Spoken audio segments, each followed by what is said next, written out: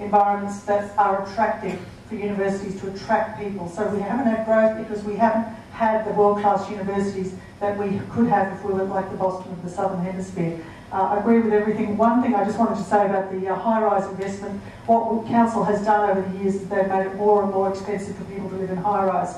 If I'm elected as Mayor, I will be scrapping the view tax. The view tax is there, it's been put in by councillors who don't have high-rise in their divisions. This is one reason to get rid of divisions. They voted against, my motion was to go against it, had no luck with that, but if I get in, I'll get in on the condition that I will get full support to get rid of that so we have people moving into high-rise and get the construction industry going. I can be brief. All the things that we've heard are essential in diversifying our economic base. But my view is that we also need to support the existing industries. That's the key element. Before we talk about bringing new universities, let's support the universities we already have. In terms of small business needs all the support it can get. And that's why, and you opened up by talking about tourism, it is extremely important that we do bring the tourists back, fill the hotel rooms so we can build more rooms. So we can get the retail shops going and get bums on seats in restaurants. So it's about supporting the existing businesses and about knocking on industry's doors outside this region and getting them to relocate to the city to create new job opportunities. Thanks, Eddie. I endorse Susie's comments on view tax. I'm absolutely committed to doing that as well. Having been somebody that's lived in high-rise for 20 years, it really is unfair. I've been doing the rounds with a range of people on the Gold Coast, Southport Chamber of Commerce, John Witheroof, Martin Winter in the last couple of weeks.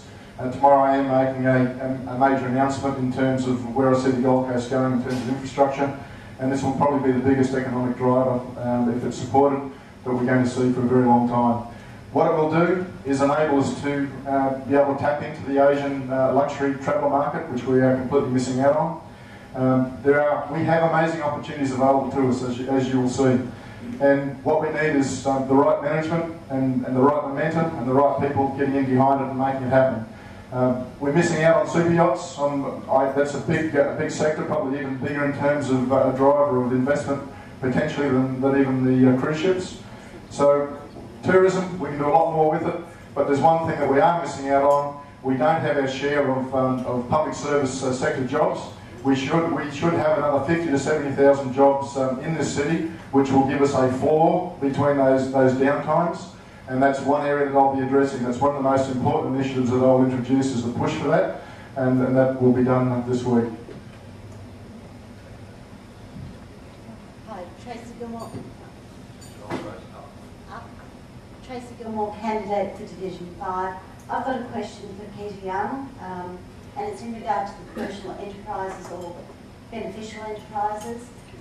Peter, can you give me some examples of where this has actually worked in terms of local government and commercial enterprises and why they've been successful?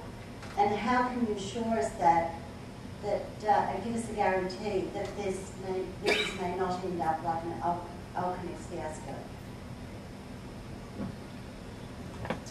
Well, the Alconex fiasco was forced upon the council for a start, so it makes a point of difference where we actually choose to do something. Susie mentioned earlier the high-speed international cable that we're trying to facilitate here on the Gold Coast and to tap into that.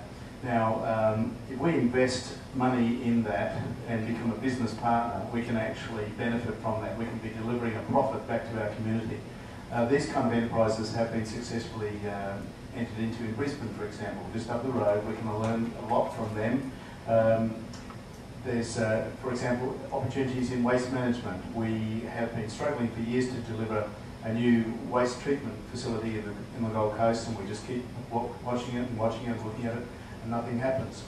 But there are other local governments in our vicinity, Tweed, Redlands, Logan, for example, that would probably benefit from us having a waste processing facility here, where we can actually turn the waste into valuable products and charge them for the processing that we do for them, and again return a benefit to our local community.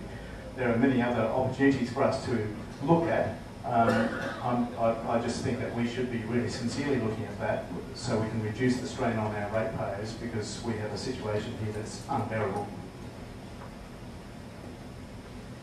Thank you. And Tracy, an interesting thing is we had a place manager from Brisbane who came and they were talking about what they've done in the CBD with their recycling bins, and the Brisbane City Council designed their own recycling bins, got a patent on them, and now they're selling that design. And similarly, we've done that with our beach cleaning equipment. The one that goes along the beach every morning picking up all the cigarette butts, we've got that, we've patented that idea, but we've given that away to that technology to the Middle East. They clean their beaches with our equipment. What Peter was saying about the international cable can work as well. Councils have bought airports in the past. We should have got in early and bought our airport. We have to look at getting another stream of income in other than from the ratepayers of the city. We have to be more commercial. Another question? Yeah. I'm trying to understand how you guys are going to use education to help Gold Coast residents actually stay on the Gold Coast. Once people are educated, if they are from here, are moving to Brisbane and so on. So I want to know what plans you have in place to use education to keep residents actually here on the Gold Coast. And secondly, I want to understand about sustainability. You briefly touched on it, but that's just the start. We're depleting stocks around the world and we don't seem to be doing anything about it, and no one's really mentioned it, so I'll be interested to understand that as well. On education, after speaking to both the Vice-Chancellor, it's the increase on jobs initially, that there's more placements, so we have a lot more staff that are going to increase in do.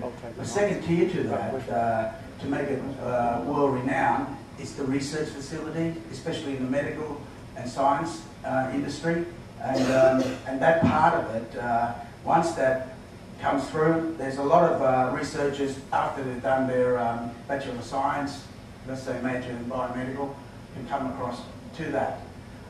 From the increase of research, then there's another unit to branch it out so that they can take it to the world and make it become a business. So that's the job and the growth path for that. The other attraction also is for the overseas students. They spend quite a large amount of money to come to our university. So that business model, and attracting more overseas students, will generate jobs for the university. That's the best I can tell you on that. Okay. On the recycling.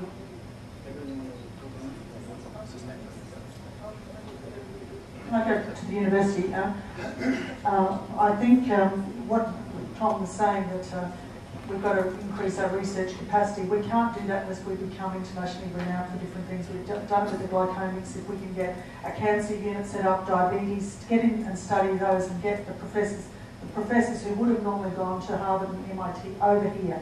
And once they're working here, they attract students. And when they work here and they attract students, they attract research, they attract industry, and they attract opportunities to sell pharmaceuticals from the Gold Coast here through our Silicon Valley ideas. My daughter's going over to Harvard and MIT, and she's doing that because she can't get what she needs with her postdoctoral work here in Southeast Queensland. And I think if we can make it a place where we do put the money in to get kids into science, engineering, technology, mathematics from an early age, then we can see that our big universities, Bond and Griffith, can grow. I'm not talking about more universities. We've got 4. We've really got to get capability of the ones we have. It's very important for us to build on our competitive advantage, and in terms of study, we're certainly not doing that at the moment. The federal government objective is to have 44 people per 100 young people involved in tertiary education. 44 per 100. On the Gold Coast, it's 17. So we have a lot of disadvantage here at this point in time, a lot of ground to make up. Despite what you'd call our natural advantage in terms of our climate, which should be attracting young people. So the big reason is there's no jobs afterwards. So big facilities that we need to focus on are things like the Gold Coast Health and Knowledge Precinct, which is the facility in the vicinity of the university and the new university hospital. parklands. And there's a lot of passionate debate now about retaining the Gold Coast show at parklands.